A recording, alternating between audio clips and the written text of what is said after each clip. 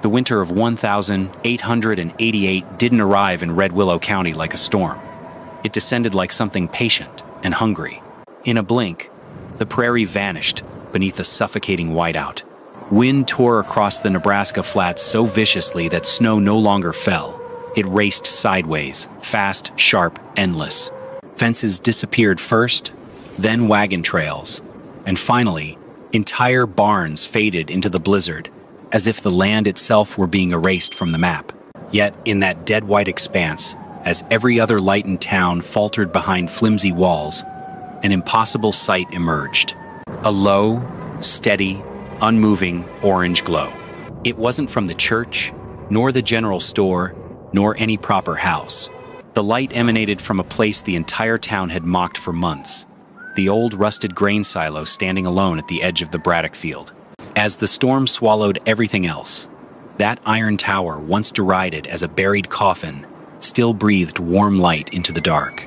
For the first time all winter, the people of Red Willow began to wonder, had Tom Braddock, its quiet owner, seen something the rest of them had blindly missed? Could the very place they'd laughed at be the sole lifeline in this white death? This is the story of Tom Braddock, the man who turned quiet wisdom into an unyielding fortress. If you love sagas of frontier survival, of simple ingenuity overcoming the harshest tests, then subscribe now. Because on the vast prairie, winter is always the most brutal judge, exposing the difference between what looks strong and what actually is. Months before the blizzard buried Red Willow County, the talk around Mercer's feed and supply had nothing to do with weather. It had to do with Tom Braddock. Someone claimed the local windmill repairman had purchased the old Fletcher place south of town. At first, nobody believed it. Most men in Red Willow considered that stretch of prairie worthless, long before the bank finally abandoned it. The land sat too open, too flat. Winter wind crossed those fields without slowing once. There were no cottonwoods, no hills, no creek beds deep enough to break the gusts coming down from the northwest. The house itself had already begun collapsing inward from years of neglect. Fence posts leaned sideways like tired men. The barn roof sagged beneath old snow scars. And standing alone near the center of the property was the old grain silo, tall, rust-streaked, bent slightly off-center, after years of prairie wind hammering against its steel skin. Most folks assumed any sensible buyer would tear it down for scrap before building anything new, which was why the rumors made so little sense. Because Tom Braddock had not bought the Fletcher place in spite of the silo. Somehow, he appeared to have bought it because of the silo. Tom Braddock was the kind of man people recognized without ever truly knowing. A windmill repairman mostly, sometimes a barn builder, sometimes a fence hand when work turned scarce. He spoke little inside town, and even less after sunset. Most evenings he finished his drink before the stories around him even began. People knew he had a wife named Martha and 2 small children, living in a rented shack north of the rail line. Beyond that, almost nothing. But men who worked the prairie noticed certain things. Tom watched wine the way other men watched livestock. He studied drifting snow before stepping through it, and when a storm moved across the plains, he often stopped working entirely just to stand still and listen. That was what unsettled people most. Not that Tom Braddock acted strange, but that he acted like a man paying attention to something nobody else could hear. The first real surprise came when Tom Braddock did not bring demolition tools to the Fletcher place. He brought shovels, wire brushes, rivet hammers. For nearly 2 weeks, the old silo echoed with the sound of scraping metal and grain scoops dragging across steel floors. Rotting corn residue came out first, then mold-blackened feed dust, then rust flakes thick enough to fill entire wagon beds. Tom hired 2 short-term laborers from town to help clear the inside, though neither man stayed long after realizing he intended to keep the structure standing. Most people assumed the silo would be sold piece by piece for scrap iron. That would have made sense. Instead, Tom crawled over every inch of it like a man repairing a church roof before winter. He replaced weakened rivets one by one. He sealed cracks with hammered steel patches. Around the base, he hauled heavy Platte River stones and packed them tight beneath the foundation ring where wind had slowly hollowed the earth away over the years. The work looked exhausting. Pointless, too. By then, Elias Rusk, the broad-shouldered lumber merchant who laughed loud enough for half the town to hear, had started entertaining entire rooms with jokes about it, while standing near the stove inside Mercer's Feed and Supply. "A man building a house inside a grain can," he said. "That's not preparation. That's surrender with extra steps." The room erupted. And out on the empty prairie, Tom Braddock kept hammering steel into the wind, as though none of them existed. By early September, the people of Red Willow realized Tom Braddock was not repairing the old silo. He was building something inside it. The first beams went up quietly. Rough-cut cottonwood timbers hauled from a creek bed nearly 12 miles east. Then came the strange shape itself. Not a square cabin like most prairie homes, but a smaller 8-sided frame rising inside the round steel shell of the silo. Tom worked alone most days, hammering, measuring, adjusting angles by lantern light long after sunset. What confused people most was the gap. He never pushed the wooden walls flush against the steel. Instead, he left nearly 2 feet of open space circling the entire cabin. Empty space, trapped between timber and metal. One evening, 9-year-old Eli Braddock sat beside a pile of fresh boards, watching his father seal another section of inner wall. Wind moaned softly across the silo roof overhead. "Why leave empty space?" the boy finally asked. Tom drove one last nail into the cottonwood plank before answering, "Because trapped air works harder than fire." Martha looked up from sorting dry beans near the doorway. Her expression carried the same uncertainty the entire town felt. But Tom said nothing more after that. He simply walked to the outer shell and pressed one weathered hand against the cold steel. Outside, prairie wind rattled the silo hard enough to make the metal groan. Inside the unfinished cabin frame, the air barely moved at all. The real gossip began once Tom started filling the walls. Not with expensive insulation, not with brick, not even with sawdust, which at least would have sounded reasonable to most men in town. He packed the hollow spaces with rye straw first, dry as paper, and bundled tight by hand. After that came stove ash carried in burlap sacks from old cook fires. Then heavy clay soil dug from a creek bank north of the prairie. Horsehair followed last, mixed into the damp clay by hand, until the material held together like rough mortar. For days, the inside of the silo smelled like wet earth, smoke, and cut fields after harvest. Tom sealed cracks carefully, pressing every handful deep into the spaces between the double walls. He worked slowly, testing each section afterward with a lantern flame and the back of his hand, watching how air moved, smelling for trapped moisture before mold could take hold. That was the part nobody understood. If this was madness, it was discipline madness. Elias Rusk found fresh material for his jokes almost immediately. "He's stuffing horse bedding into the walls now," he laughed one afternoon. "Might as well stable the family inside with the mules." The room answered with easy laughter. But Martha stopped laughing long before everyone else did. Because each night after the wind turned colder outside, she noticed something difficult to explain. The unfinished cabin inside the silo no longer cooled as quickly after the fire died. Not warm, not yet, but slower, steadier, as though the little structure had already begun learning how to hold heat instead of chasing it. One hard wind changed everything. It came out of the north near the end of October, fast, sudden, different from the steady prairie currents Tom Braddock had been studying for weeks. Near midnight, the stovepipe inside the silo groaned once, then coughed black smoke straight back into the cabin. Clara began choking almost immediately. Martha grabbed the little girl and wrapped a blanket around her face while soot rolled along the low ceiling in dark waves. Eli stumbled half awake toward the door, eyes watering from the smoke. And for the first time since work on the silo had begun, fear cut cleanly through Martha's patience. "What if your cleverness kills us before winter does?" she demanded. Tom answered nothing. Before dawn, he stood outside alone in the cold, with an oil lantern and a pan of stove ash, studying how the wind curled around the silo walls. Again and again he tossed ash into the dark and watched it reverse direction near the pipe opening. By sunrise, he finally understood the problem.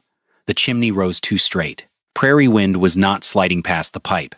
It was striking downward against it like water hitting stone. And out on the empty Nebraska flats, winter had delivered its first lesson. Tom rebuilt the system 2 days later. The chimney no longer climbed straight upward through the silo roof. Instead, he bent the pipe at an angle before turning it outward beneath a short metal hood. Inside the cabin, he added a low horizontal section near the stove to slow escaping heat before the smoke climbed higher. Then came the stranger addition. Tom buried narrow clay ventilation tubes beneath the outer edge of the silo berm and angled their openings downward toward the earth instead of the wind. Most men built vents to catch air. Tom built his to hide from it. Eli followed silently beside him during the work, carrying tools and watching his father test each change with ash and lantern smoke. That was when Tom finally understood something the prairie had been trying to teach him from the beginning. The worst wind was not always the one pushing hardest. Sometimes it was the one creating emptiness, pulling heat outward, dragging smoke backward, searching for weakness through suction instead of force. 3 nights later, another hard wind swept across Red Willow County. The silo groaned softly beneath it. Metal rattled. Snow hissed against steel. But inside the little cabin, the fire burned low and steady, through the dark without choking once. Near sunrise, Tom pressed his rough hand against the Platte River stones surrounding the stove. The fire itself had nearly died. The stones were still warm. After that second windstorm, Tom Braddock stopped thinking only about making heat. He started thinking about keeping it. For the next several days, he hauled Platte River stones back to the silo by wagon load. Smooth, gray stones. Some small enough to carry beneath one arm. Others so heavy they had to be rolled into place beside the stove with fence poles and rope. One by one, he stacked them around the cast-iron firebox in a low circular wall nearly up to Eli's waist. Most people in Red Willow assumed the stones were there for strength or decoration. But Tom never wasted labor on decoration. By late afternoon, the stones closest to the stove became almost too hot to touch. Long after the flames dropped low at night, they continued releasing warmth slowly back into the cabin air. Not sharp heat. Not the roaring blast of a fresh fire. Something steadier. Softer. The kind of warmth that lingered. One morning before sunrise, Eli woke beneath a wool blanket beside the stove ring and pressed his hand sleepily against the nearest Platte stone. The fire had nearly burned out, hours earlier. Frost still coated the inside of the silo shell beyond the cabin walls.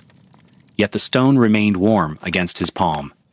He looked up at his father with quiet surprise. Tom only nodded once and added another split piece of cottonwood to the coals. Across the cabin, Martha said nothing at all. She simply walked to the stove before dawn, rested her hand against the warm stone herself, and stood there in silence while cold wind groaned around the silo outside. The deeper autumn settled over Red Willow County. The stranger Tom Braddock's project became. By November, he had started hauling dirt. Not a few wagon loads, hundreds of them. Clay soil from creek beds. Dense prairie earth cut from frozen banks. He packed it carefully around the lower half of the silo until the steel walls no longer rose clean from the ground. Slowly, the structure began sinking into the land itself. The exposed metal surface grew smaller each week, while the earth berm around it thickened and climbed higher. Most people stopped trying to understand it after that. The jokes came easier instead. Inside the saloon near the rail crossing, Elias Rusk leaned back beside the stove one night and shook his head while snow hissed against the windows outside. "A buried house is a dead man's idea," he announced loud enough for the room to hear. "Only thing missing now is the grave marker." Laughter rolled through the tables, but not everyone laughed comfortably anymore. Deputy Abel Crow had started riding past the Fletcher place twice a week, watching, asking questions nobody else bothered asking. Why hide a cabin inside steel? Why bury it afterward? Why keep building when winter hadn't even fully arrived yet?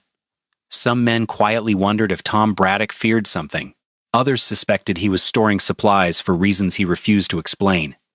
On the prairie, secrecy always attracted suspicion faster than honesty. Still, none of it changed Tom's routine. Day after day, he shoveled dirt against the silo walls, while cold wind swept sideways across the open fields. He heard the laughter drifting from town often enough, heard it carried clearly across the empty prairie at dusk, and every evening, without answering a single one of them, He kept building the earth higher. By the final weeks of autumn, the prairie itself had begun changing in ways most people barely noticed. The migrating geese flew lower than usual across Red Willow County, their lines uneven and restless against the gray sky. Windmill gears froze before sunrise, even on clear mornings. Water troughs skinned over with ice, hours earlier than they should have, and the air carried a strange dryness to it, sharp, metallic, the kind of cold that hurt the inside of a man's nose before winter had fully arrived. Tom Braddock noticed every bit of it. Without explanation, he stopped taking repair jobs beyond town. Wagon wheels no longer carried him toward neighboring farms at dawn. Instead, people watched him moving steadily between the silo and the storage shed beside it. Cottonwood firewood stacked higher each week beneath canvas covers. Barrels of dry beans lowered beneath the cabin floor. Salt pork wrapped in cloth and hung away from moisture.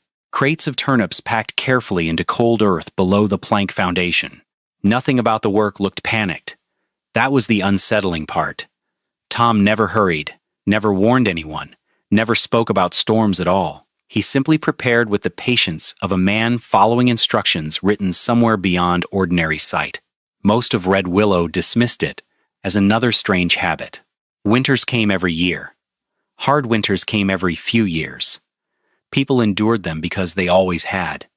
But Martha Braddock had stopped seeing the silo as fear.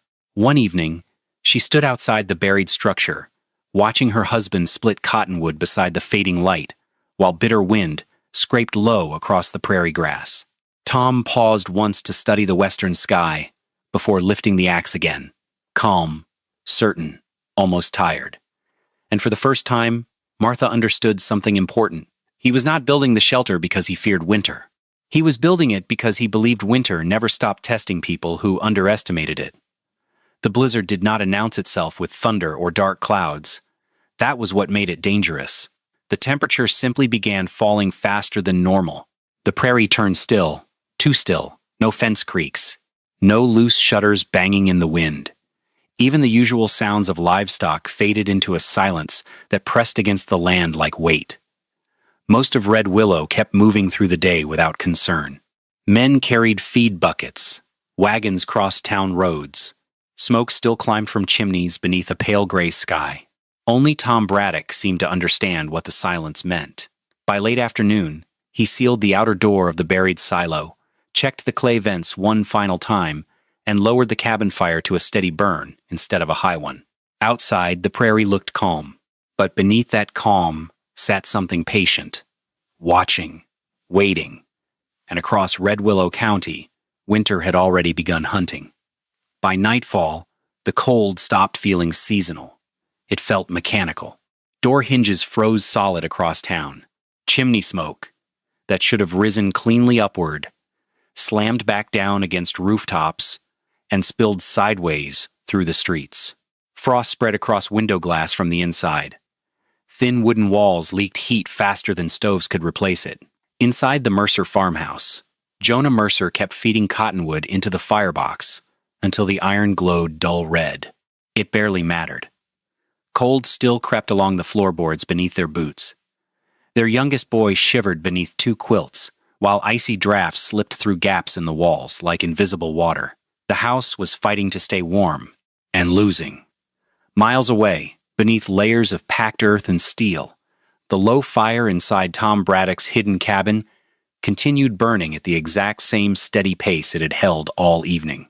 The wind arrived hours later, and when it finally came, Red Willow County understood the silence had only been the opening act. The first gust stayed low against the prairie, sliding across the frozen ground instead of rolling overhead like ordinary storm wind. Snow no longer drifted downward through the dark. It raced sideways in long white sheets that scraped across fences, barns, and exposed skin like thrown sand. Then the chimneys began screaming. One by one, stovepipes across town released deep, hollow howls as the wind forced itself downward through them. Fires twisted sideways inside iron stoves. Smoke curled backward into rooms already struggling to hold warmth. Thin wooden walls flexed under pressure they had never been built to resist. The storm was no longer touching the houses. It was searching through them. At the Mercer farmhouse, A sharp crack split the front room when one corner of the window glass finally burst from the cold. Powder snow blasted inward immediately, scattering across the floorboards beside the stove. Rebecca Mercer shoved blankets against the frame, while Jonah fought to keep the fire alive. Their youngest son sat trembling beneath quilts, his lips slowly turning pale blue in the dim orange light, and still, the cold kept gaining ground. Miles away, inside the buried silo, Tom Braddock reacted very differently. He lowered the stove fire, instead of feeding it harder. Small fire, slow burn, steady heat. The Platte River stones surrounding the cast-iron stove continued releasing warmth into the cabin walls, while the packed earth berm outside absorbed much of the wind before it ever reached the steel shell. For the first time since entering the structure, Martha truly understood what her husband had been building all those months. The houses in town were trying to fight the storm directly. Tom's hidden cabin was forcing the storm to spend its strength somewhere else first. By midnight, the blizzard had stopped feeling natural. Barn doors froze shut beneath layers of driven ice. Iron hinges cracked with sharp snapping sounds that carried strangely far through the white dark. Water buckets turned solid. More than one rancher found cattle standing motionless against the fences, frozen where the wind had trapped them. Deputy Abel Crow spent most of the night riding from property to property, trying to help men force open drifting barn doors before livestock suffocated or froze inside. Twice, the wind blew his lantern completely out before he could cross a single yard. The cold itself felt alive now, ruthless, precise. At the Keller Ranch, Crow paused for a moment beside the frozen corral fence and looked across the prairie through blowing snow. That was when he noticed it. Every chimney in town fought the storm the same way. Smoke climbed high, wild, and broken apart instantly by the wind. But out near the buried silo on the Braddock land, the smoke moved differently. Low, thin, controlled. Instead of rising upward into the gale, it slipped across the prairie in a faint gray ribbon, barely touched by the storm at all. Steady enough to seem unnatural, almost hidden. Crow stared at it longer than he meant to. Then, the deputy pulled his coat tighter against the cold and felt a thought settle heavily into his mind for the first time all winter. Maybe Tom Braddock had not been hiding from the prairie. Maybe he had simply learned how it behaved before anyone else bothered to. Inside the Mercer farmhouse, the heat finally began collapsing faster than the fire could replace it. The stove still glowed red. That was the frightening part. Even with a full firebox, frost crept across the walls from the corners inward. The floorboards felt frozen beneath their boots. Every blanket in the house had grown damp from breath turning into cold moisture during the night. Rebecca Mercer pressed shaking hands against her youngest son's face and looked toward her husband with exhausted eyes. "The house can't hold anymore." Jonah said nothing at first. He only stared at the thin walls trembling beneath another hard gust outside. Then he understood something terrible. The farmhouse was no longer protecting them from the storm. It was trapping them inside a losing fight against it. And every passing minute belonged to the cold now. Jonah Mercer opened the front door one final time and looked out into the white dark. At first, he saw nothing except blowing snow racing sideways across the prairie. Then, far beyond the buried fences and vanished road lines, he noticed a faint orange glow near the edge of the Braddock field. Low, steady, impossible. It did not flicker like ordinary firelight. The wind could not seem to touch it at all. Rebecca stepped beside him and immediately recognized the shape beneath the snow. The old grain silo. The buried iron coffin the town had laughed at for months.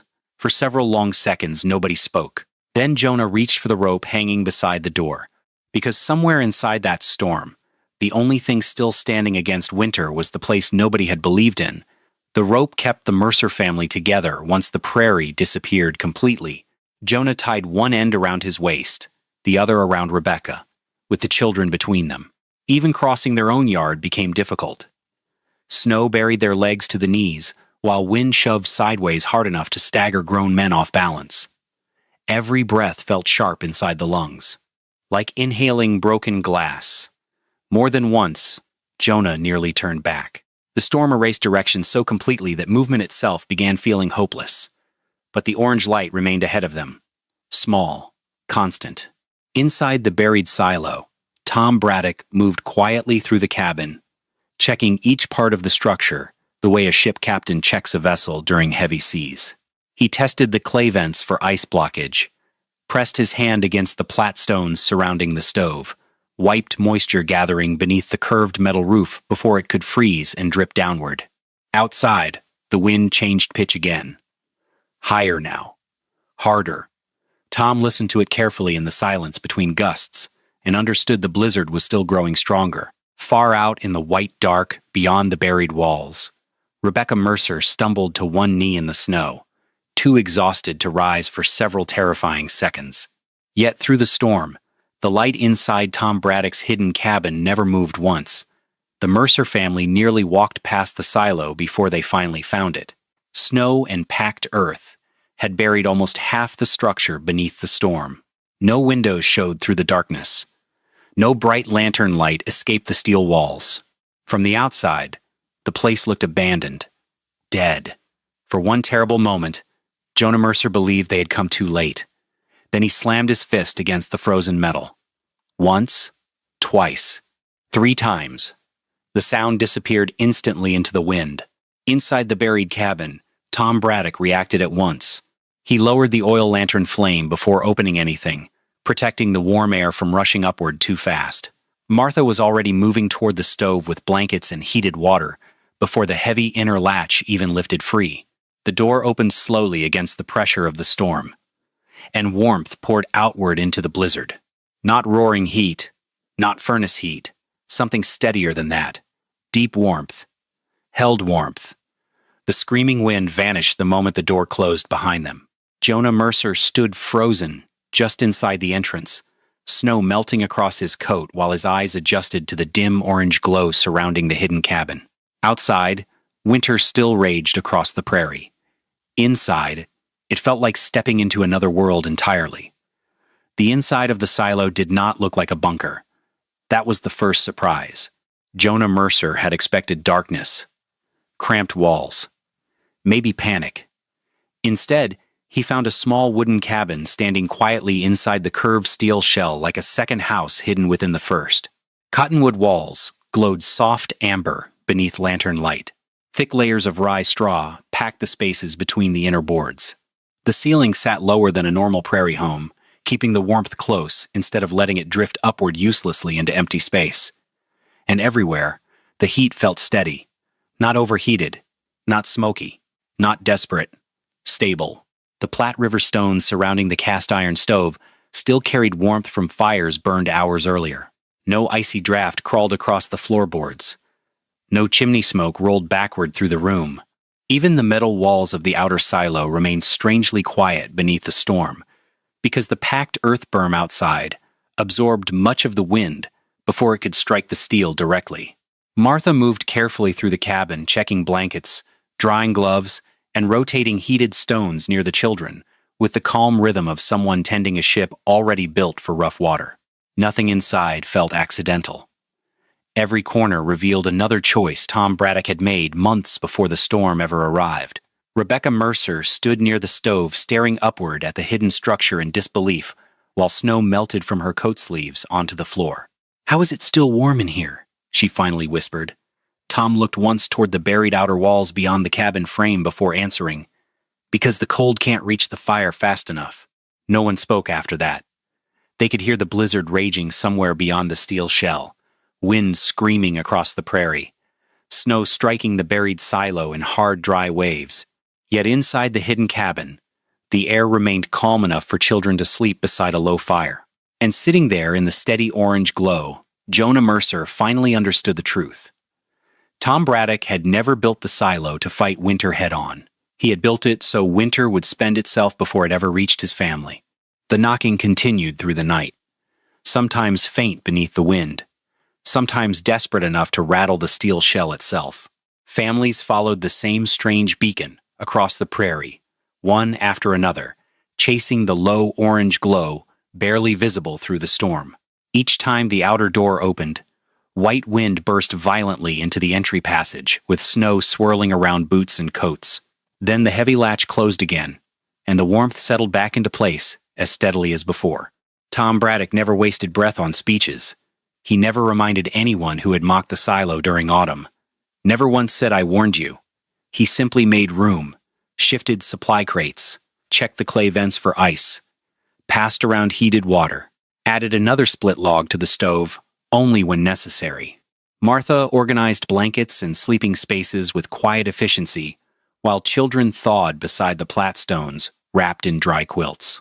Near dawn, Deputy Abel Crow finally stepped through the buried doorway himself, covered shoulder to boots in packed snow. He removed his gloves slowly and stared around the hidden cabin in complete silence.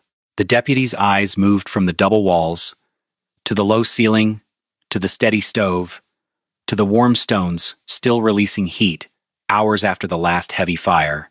And for a very long moment, the only sound inside the silo was the storm failing to get in. The blizzard continued raging outside until the buried silo felt less like a shelter and more like an island surrounded by white death. At some point before dawn, Jonah Mercer looked across the dim cabin toward Tom Braddock and finally asked the question everyone inside had begun wondering. "Did you know this storm was coming?" Tom sat quietly beside the stove for a moment before answering. The orange firelight reflected softly across the steel braces overhead. "Not this storm," he said. "Just a storm." The cabin fell silent again. Deputy Crow studied the packed frost around the sealed doorway, then looked back toward Tom. "Then why didn't you warn people?" Tom's eyes shifted briefly toward the thick outer walls surrounding them, toward the wind screaming uselessly somewhere beyond the earth berm and steel shell. Then he answered in the same calm voice he had used all night. "Men don't change how they build until winter tears something away from them." Nobody argued with him after that, because outside the buried silo, winter was already proving the point for him. 4 days after the blizzard first swallowed Red Willow County, the wind finally began to weaken. The sky opened slowly into a pale gray light that revealed what winter had done to the prairie. Roofs sagged beneath frozen drifts. Barn doors hung broken from cracked hinges. Window glass lay scattered beneath snow inside darkened homes. Entire livestock sheds stood silent, with dead cattle still frozen where the storm had trapped them. The town looked smaller now, humbled. And in the middle of that damage, the Braddock silo still stood. Snow around the buried structure rested lower and more uneven than the deep drifts surrounding ordinary houses, because the earth berm had broken much of the wind before it could pile there. Thin smoke still slipped low from the bent chimney pipe, in the same calm gray ribbon Deputy Crow had noticed during the storm. No shattered walls, no collapsed roof, no desperate fire roaring inside to fight the cold. Just steady warmth held quietly beneath earth and steel. Standing there in the hard silence after the storm, the people of Red Willow finally understood something that no argument could deny anymore. Tom Braddock had not survived because he was lucky. He had survived because he understood winter better than they did. The changes began quietly after the blizzard. Nobody gathered in town to admit Tom Braddock had been right. Frontier people rarely apologized with words. They apologized with labor. Before the next winter arrived, deeper root cellars appeared beneath several homes across Red Willow County. More families packed straw between double walls. Stone rings started appearing around cast iron stoves, where bare floorboards had once stood. Men who used to build tall chimney stacks began lowering them closer to the roofline and shielding them from crosswind. Earth berms slowly rose against the north sides of barns and houses throughout the prairie. Even Elias Rusk changed. The lumber merchant never spoke publicly about the silo again, but people noticed he stopped laughing whenever someone mentioned buried walls or trapped heat. That silence alone told the town enough. Deputy Abel Crow changed in quieter ways. One cold morning near early spring, a ranch hand passing his property noticed the deputy digging new earth barriers beside his horse barn. Angled against the prevailing wind, exactly the way Tom Braddock had shaped the soil around the silo months earlier. Crow never explained it. He did not need to. As for Tom himself, almost nothing changed at all. He never traveled into town to lecture anyone about storms, never called attention to what the buried silo had done during those 4 days of white death on the prairie. He repaired windmills when work came, split cottonwood beside the berm at dusk, checked the clay vents after heavy snow, raised his children, lived quietly, and each winter evening, after darkness settled across the Nebraska plains and cold wind began moving once more through the empty grasslands, a low orange light could still be seen glowing softly from the old grain silo at the edge of the Braddock field. The people of Red Willow no longer looked at it as a grave. Not anymore. Now it looked like the only house on the prairie that had understood winter before winter arrived. Would you have trusted a buried grain silo to protect your family during the worst blizzard on the prairie? Or would you have laughed at it too?